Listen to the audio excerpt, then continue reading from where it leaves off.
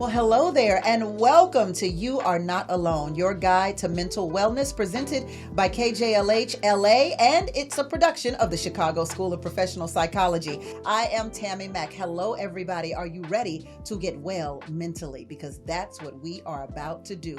Help you and me get well all up in here. The Chicago School of Professional Psychology has been training and educating multiculturally competent mental health care professionals for nearly 50 years. That's a long time, which means they're doing something right and a lot of something right. Our program is committed to educating our community about mental health and wellness and normalizing conversations about our mental health. Our program will explore mental health and wellness issues that impact us, as well as explore ways we can improve our wellness. So every week, I will be joined by mental and behavioral health experts who will share their experience and expertise, that's important, to help us on our journey to good health and satisfying lives. Today, we want to talk about the mental health challenges Black women face and the opportunities we have to help ourselves and each other. This is one of my favorites, I must say. I'm joined today with forensic psychologist, Dr. Rolinda Shaw. Hi, Dr. Shaw. Hello. And also clinical psychologist, Dr. Loretta Billoups. Dr. Billoups. Hello. Dr. Shaw graduated from the Chicago School of Professional Psychology with both a master's and doctorate in clinical forensic psychology. Dr. Shaw has extensive experience working with at-risk youth in the foster care system and incarcerated adults with complex trauma. She spent 10 years working in the LA County jail system with individuals diagnosed with severe and chronic mental illness. Her forensic experience includes providing court evaluations and safety assessments for inmates eligible for jail-based diversion programs, and re-entry support serves in the community.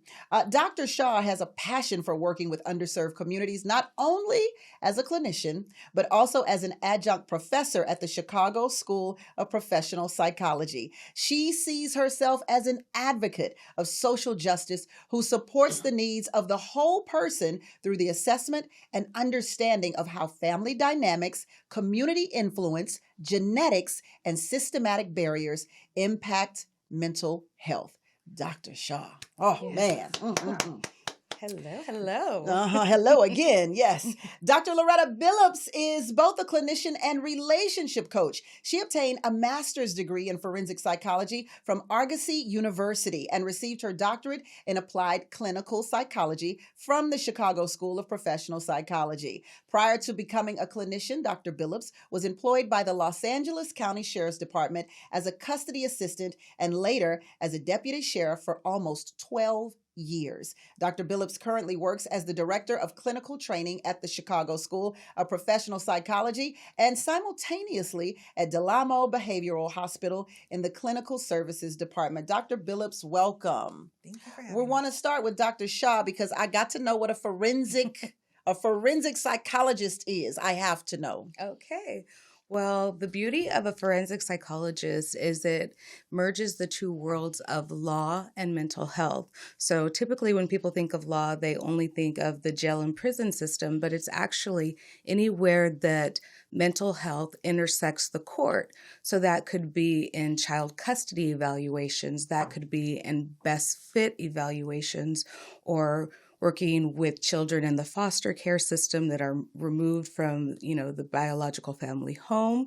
It also involves working in the court system with juveniles who are in probation camps and juvenile hall systems, and just anywhere that the court intervenes within the family dynamic, possibly resulting in some type of removal or separation of an individual from their family support system. Yes, because I'm thinking when I hear forensic, I think DNA, I think blood, I think everything scientific, right, that has to do with fluids in the body. Absolutely. Yeah. That's what's generally portrayed on television. And oftentimes, as a professor, I have to break the hearts of many students that, we are not going to be like on CSI or, Right. Criminal Minds. It's not just profiling serial killers and figuring out the sometimes very ugly part of human nature, but also finding the programs and the policies that we can develop to change to support the systems that are in place to improve and better the lives of the people in the communities that we serve. Yeah. We always on this show learn within the first 30 seconds because I know y'all thought it was DNA too when she said forensic, right? Let's, Dr. Billoups, talk about uh, a clinician. Clinician, what is that? So, a clinician, or like you stated, I received my degree in applied clinical psychology. I work with individuals who are seriously mental ill, typically in a clinical setting. So, your hospitals and things of that nature. And so, I work with individuals who may have diagnoses such as depression, anxiety, schizophrenia, and things of that nature, and provide them therapy as well. And then, along with other team members, we work together in order to help the individual navigate their mental health. Okay. And this may be a offbeat question, but I often talk about on my radio show how there are no cures for certain diseases, and then there are doctors, but there are no cures. There's no cure for cancer, there's no cure for AIDS, there's no cure for herpes, if we're talking about just simple things, right? Right. Is there a cure for mental illness when we're talking about a clinician and clinical diagnoses of mental illness and the specifics ones that you just brought up? Is this something that you have to deal with for the rest of your life, or is there no end to it? Good question. So some of your illnesses, such as like schizophrenia and bipolar disorder, there's no cure for them. But along with medication and therapy, these things can definitely be mitigated. Your things like depression, again, there's no cure. However, with medication and therapy, we can also work with the individual to help maybe subside some of these symptoms. So you can learn to live with it in a productive way. Absolutely. You can learn to manage. Okay. So let's start here. What are some of the main mental health issues that Black women deal with, Dr. Shaw?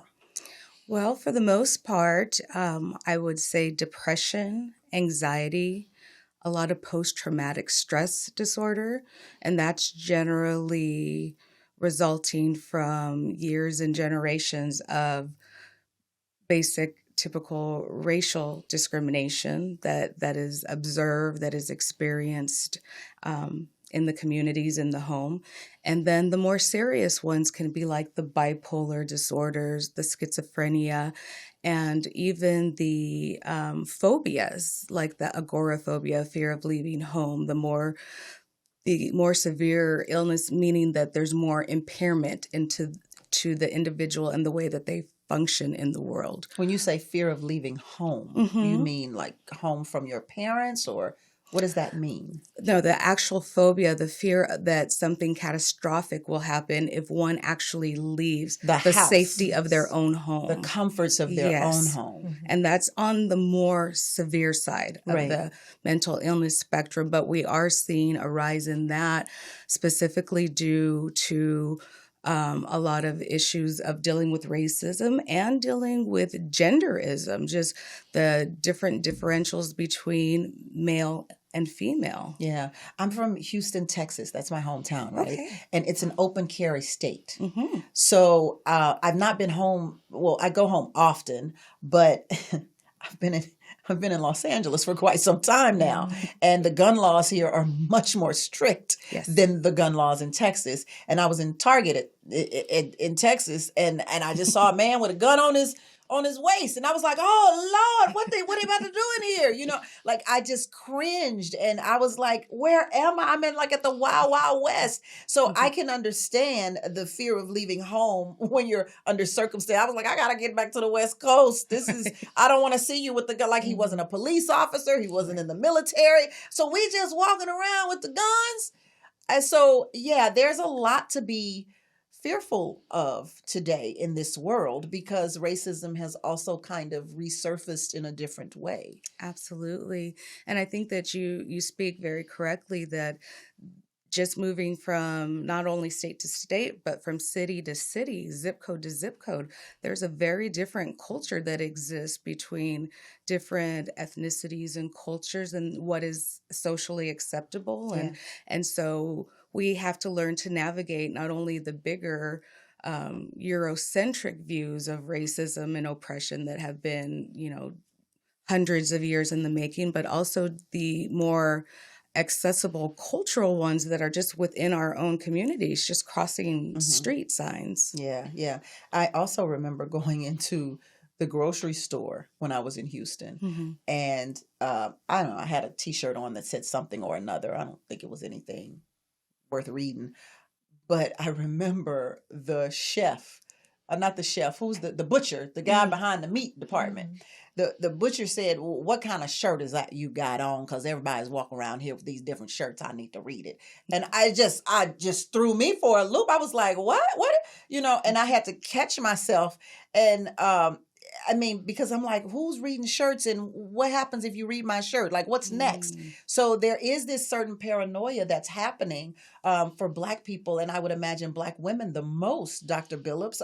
According to research, Black women are actually more likely to experience intimate partner violence than white women. And then they have to deal with resulting mental issues such as depression, which you brought up, and suicide. So why is this? Why are we facing these mental situations? Why us? Why us? That's a very good question. I like the fact that you brought up the fact that Black women are having issues in terms of intimate partner violence. I was doing research the other day and it indicated that 40% of African American women are susceptible or have been attacked. I want to be very transparent here and share that I met the statistic of that 40%. Right. I was in a relationship with someone who was very abusive. And in the beginning, it always starts off as, you go through that honeymoon phase and things of that nature. But for us, it wasn't finances or lack of communication that started the abuse. It was control. He needed to be in control. And so it eventually later on, it did lead to finances because that became an issue in the household as well, raising two children in this economy.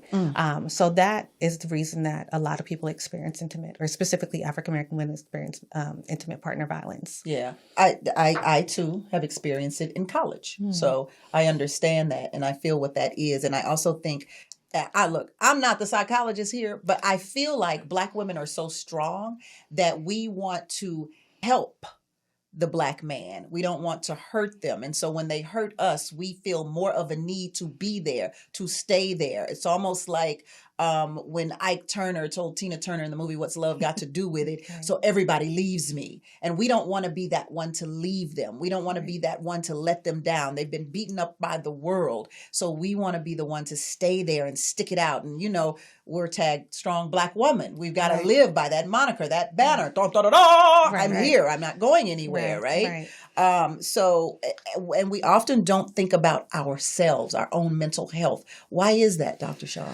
Well, honestly, a lot of it is ingrained in ways that we're not even always consciously aware.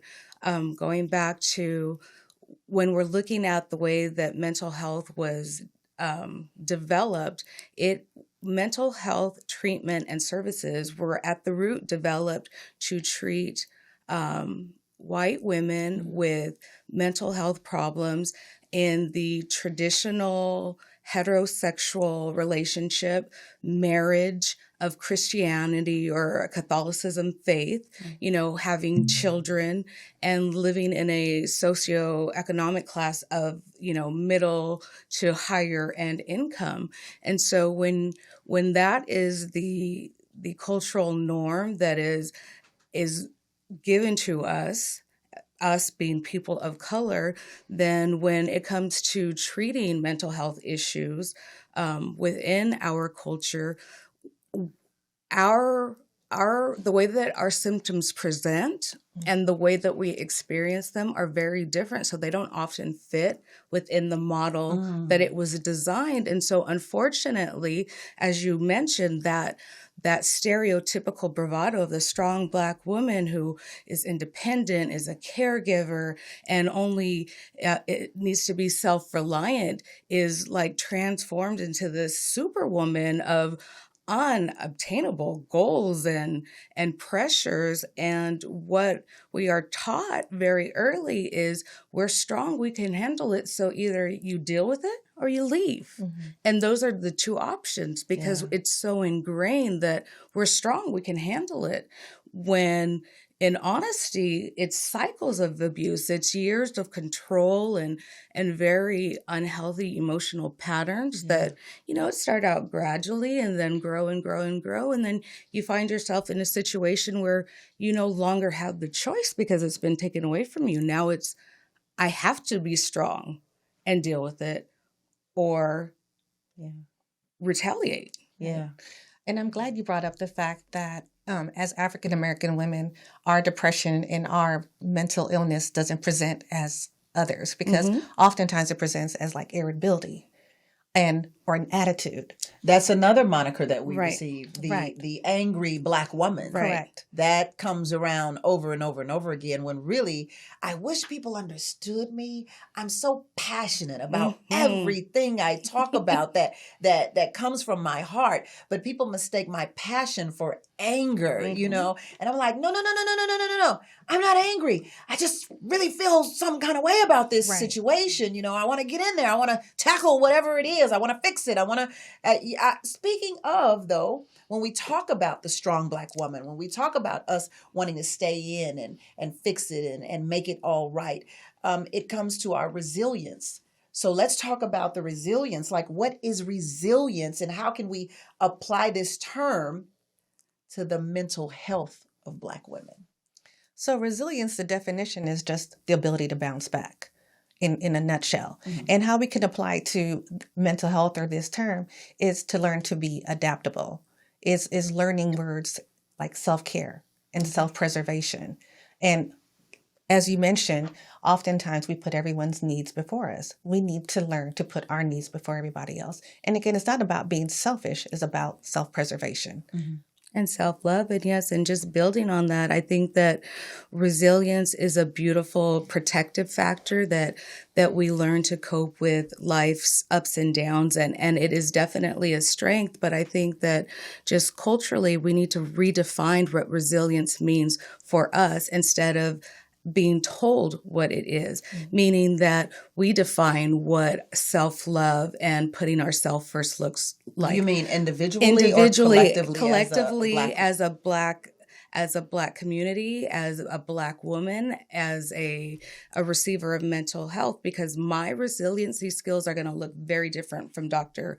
Billoups, just dealing with day-to-day things. So, but being able to redefine what it means for us to find those things to help us cope and deal with life better, with the things that are designed to knock us down every, step of the way. And the fact that we are often knocked down, I've talked to another doctor on this podcast that mentioned, they wouldn't even let her put her PhD title behind her name, right? And so we are knocked down in the office. We're knocked down at home in a literal sense sometimes when we're dealing with these intimate domestic issues. So the question becomes, there's a certain percentage of Black women who won't even seek help. And I've talked to Black men, and I've talked on this podcast about Black men who definitely have a harder time seeking help. But why is it that Black women won't do that? Well, I think that there's just so much stigma. We are taught collectively as a Black community that it's better to keep our problems in the home. So you don't want to reach out for help and admit you have a problem. So it's very early ingrained in us that depression and anxiety and trauma, it's natural. Everybody has it. You just deal with it. These aren't things that can be so hurtful to your lives that you should seek help. So changing that narrative. is important, and also just allowing the I'm sorry, I forgot the second part of your question. It's okay. I'm going to ask Dr. Billoups the Okay. same question, though. Why are we less likely to seek help? Oh. And then our white counterparts, obviously. Right. I think part of it, as you mentioned, a lot of it is stigma, but the other part of it is I think we just don't know. Right. We feel that these things are natural. This is how I've been all my life. So this is normal to me. So what am I seeking? This is who I am. This is who I am. So what am I seeking help for? This is how Big Mama did it. This is how my mother did it. So why am I asking for help? Because this is how we live. Wow. Wow, that's interesting. So do we think that it's okay to live by the traditions of where we come from? I often wonder that because we come from slavery, right? And I don't mean that in a inception sense. I mean, that's what we've gone through. That's the part that they tell us. That's the part that we know about the most. And there was nothing good about that time period for us. So if we're still relying on the efforts and the solutions of slavery, how in the heck can they be applied in 2023? Exactly. And a lot of it has to do with, like Dr. Billoups says, is really getting the word out there and normalizing these conversations about mental health, that we don't have to struggle. There are different ways of helping. It doesn't have to be individual therapy. It can be support groups. It can be finding mentorship in your community among women that are like-minded and goal-driven like you, or even, a mommy support group, just people that have the same goals and want to support each other and lift each other. Dr. Billoups, we're so busy. How do we have time for that? You know we got what? these kids. I got this job. I got soccer. I got I don't know, all that stuff y'all with children got to do with I got to make the dinner. I got to make the breakfast, the lunch. I got to do it all. I got to clean the house. I got to make love to my husband. Right. That's, that becomes pretty chorable too. Exactly. I don't know if that's a word, but I made it up today. I Chorable. like it. I think it starts off with creating boundaries, and learning to say no. You don't owe anyone an explanation. No is a statement itself, because like you said, we're pulled many different ways. Yeah, and I don't know how to fit therapy in there. That's a good question, huh? But you have to find a way. So here's the thing. If we don't seek help, the body will force us to get help, right? There's a book called The Body Keeps the Score.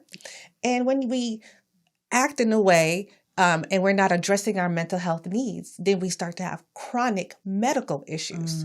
And we definitely check on that, right? Right. Once you can't literally and physically deal with making love to your husband and going to soccer games, and now you've got a physical problem. So, I mean, I never even thought of it like that. It's the mental problems that create the physical problems. Yes, absolutely. Oh, man. And we are statistically we have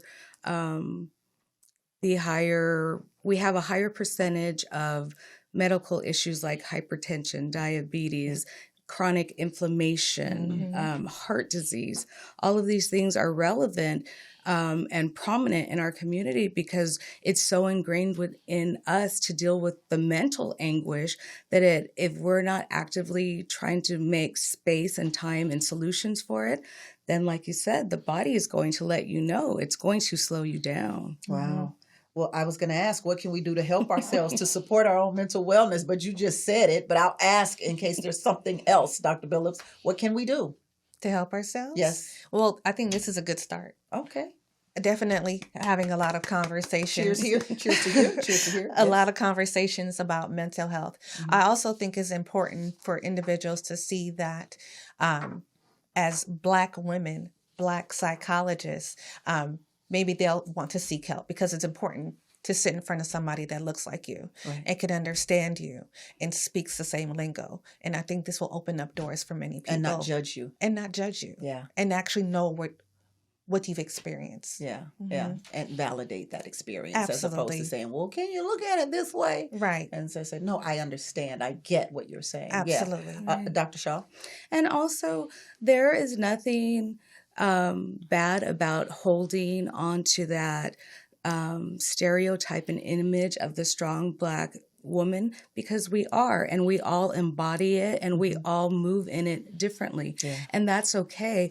The problem becomes when we let that define us, where we don't allow ourselves to feel validated or important enough to reach out for help or say that we need support or accept that things aren't going as we'd like, or we're not happy, or even allowing ourselves to fail. You know, we don't allow ourselves to fail. We take it as a personal avenue of shame when everybody in life hits roadblocks, everybody stumbles. But we have to be honest and real with ourselves and be able to say that, you know what, we're not above that. And reaching out isn't weakness. Reaching out for support is strength. Right. Yes. Absolutely. And we are here to give you strength every single week because you are not alone. So thank you, thank you so much, Dr. Shaw and Dr. Billoups. I appreciate you being here. We hope you learned a few things about your mental health and wellness. And if you want to find out more, you can visit our websites, and we're going to provide a link in a bit. We'll have some resources as well as more information about our guest. But more importantly, we hope you will come back and join us on our next program. And remember, we wish you well on your health journey, your journey to good health and satisfying lives. I'm Tammy Mack, and you are not alone.